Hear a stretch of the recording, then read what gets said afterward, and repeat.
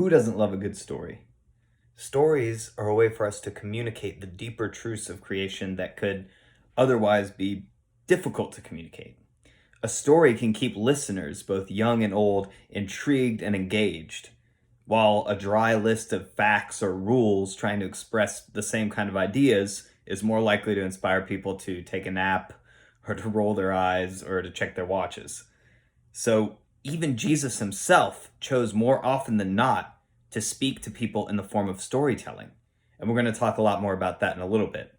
But for now, I want to share a quick story with you guys about a martial artist living in Japan. And it's a story that I've sometimes used in the past as an illustration of what Jesus means when he teaches us to turn the other cheek and how that looks when it's put into practice in the real world. As important as that lesson is, today I want to use the same story to illustrate a different point. And I want us to use the story to explore the prejudices and the preconceived notions that we might have about different kinds of people and what it might mean for us to start to break apart the boxes that we put other people into in our own minds. So, there was a young man living in Japan who was studying to become a great martial artist. Over many years, he perfected his strength and he honed his craft, and he eventually earned his way all the way up to a black belt. And even though this man was very proud of his training, he enjoyed practicing with his sensei, with his fellow classmates, he had become frustrated because he had never had the chance to use these newly gained fighting skills on anyone outside of the dojo, anyone out in the world. Because this man's sensei had taught him the key principle behind any true martial artist was to never instigate or start any fight yourself, but you would fight only when the situation at hand absolutely called for it and it had become completely necessary. The man respected his sensei too much to break this rule and go out to pick a fight. But as he became more and more skilled at fighting, he started to yearn more and more for a chance to test out his skills in the real world. For years, he would stay frustrated. This desire to fight was growing stronger and stronger and stronger inside of him until one day he was riding a subway to downtown and he finally saw his opportunity. A large, muscular man covered in tattoos had gotten onto the train, and he was stumbling around, clearly drunk, and he was shouting loudly and angrily, harassing and threatening all the other passengers on the train, looking for someone to pick a fight with. This was just the kind of person the young man despised. He was stumbling and slurring his words. He was screaming and growling and making a scene, all things that the young man just hated. Everything about this man painted him clearly as your typical no-good thug, a hopeless drunk, just a problem for everyone on that train. And he looked like he was about to start to try to beat someone up.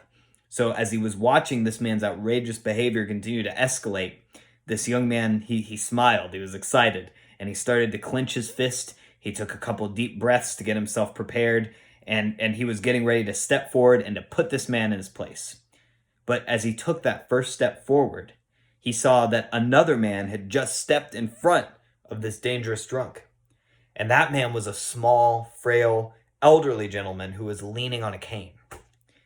The young man was shocked and annoyed. Who was this frail little old man who was going to take a stand against this brute, this thug, that could clearly just take him out with one swing? Couldn't this old man leave this to the younger men like him, to those who were trained and skilled enough to knock this guy down a peg and to take care of him for everyone else? So the old man is standing there in front of this brute, this thuggish man, and he has a big friendly smile on his face. And he says to the man, "How are you doing today?" Just like that, in a real soft, plain-spoken voice. And the thug just kind of glares at him and growls at him, and he says, "Not good. Not good at all." Kind of shouts, barks it at him. And the old man, he never loses his smile. He just keeps looking right at him, and he says, "Oh, I'm sorry to hear that. I'm having a very good day, but I'm sorry that you're not." Very friendly, very soft-spoken. And at this point, the drunken man isn't really sure how to react. He's still glaring at him. He's still kind of growling, muttering under his breath, but he's kind of starting to stand still. He's not stumbling and swaying around as much. He's clearly shocked by this old man's behavior.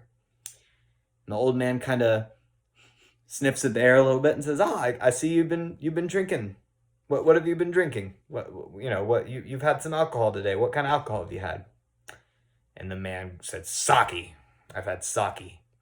And then the old man's face lit up and he said, "Oh, I love sake. Me and my late wife, we used to drink sake together every night. We would go out into our backyard and we would watch the sunset and we would drink some nice sake together, and it was such a nice, wonderful time. I'll never forget those moments we shared together when she was still here with me."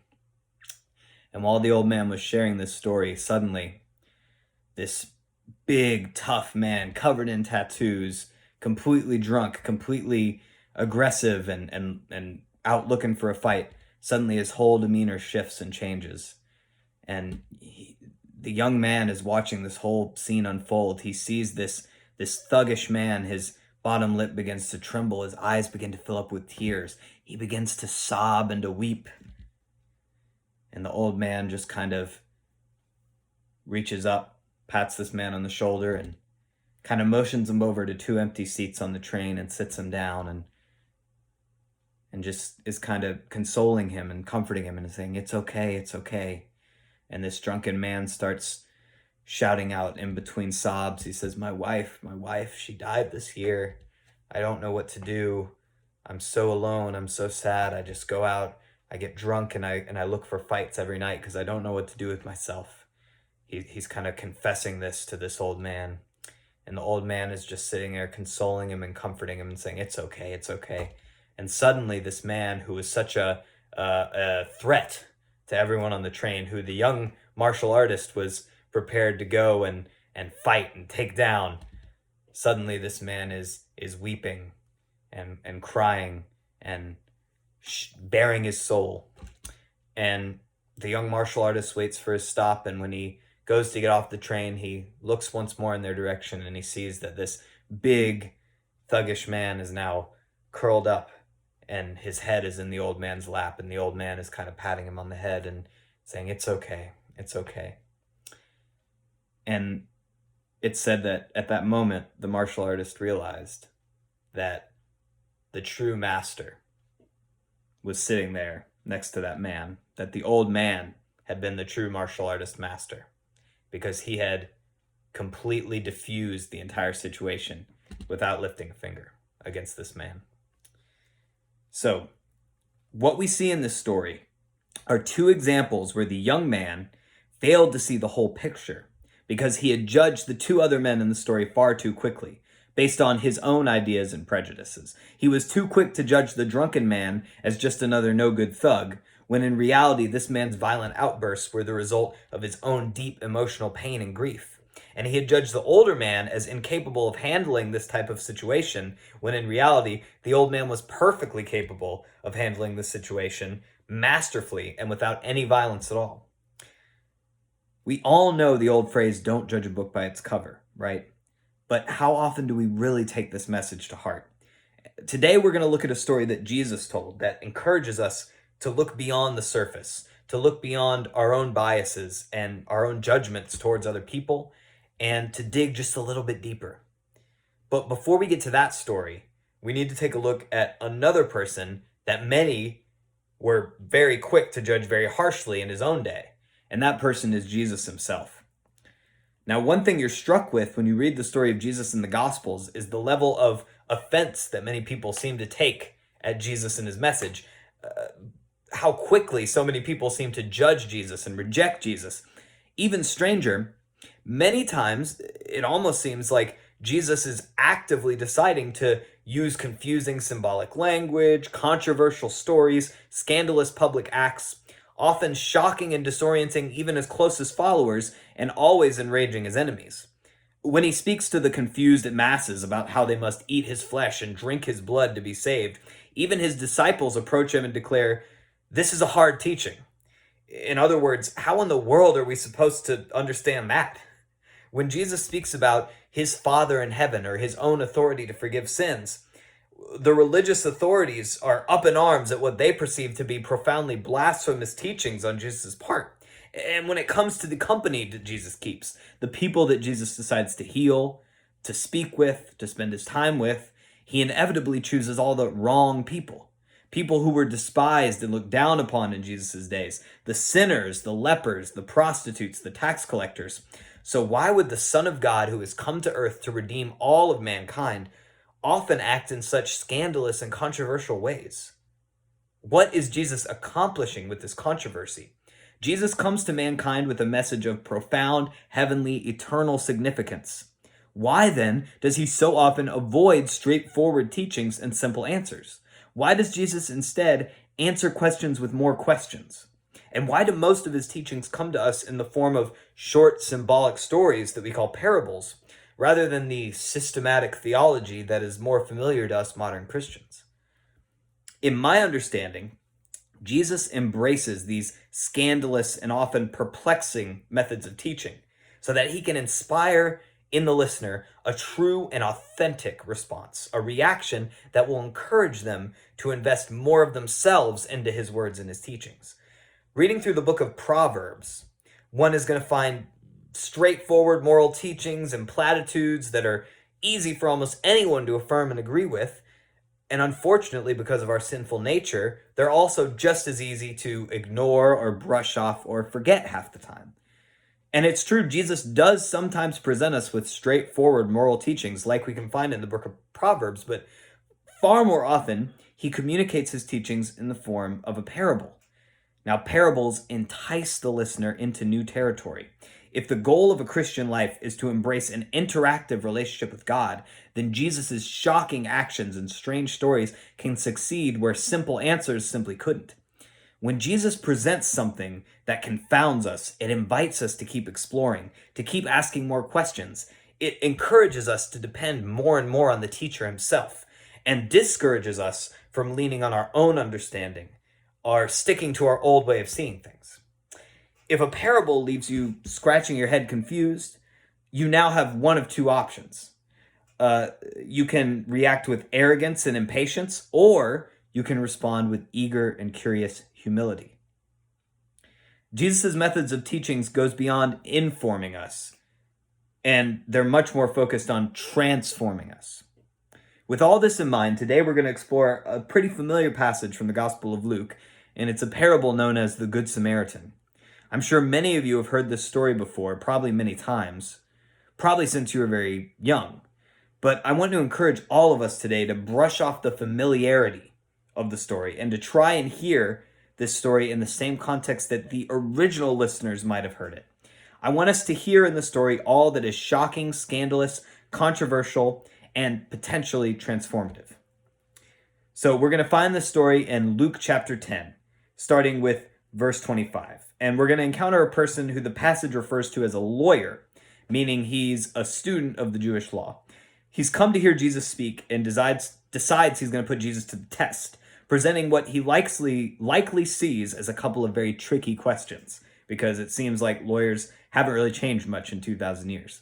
So let's read this short encounter that Jesus has with the lawyer, and let's examine how Jesus chooses to respond to this man.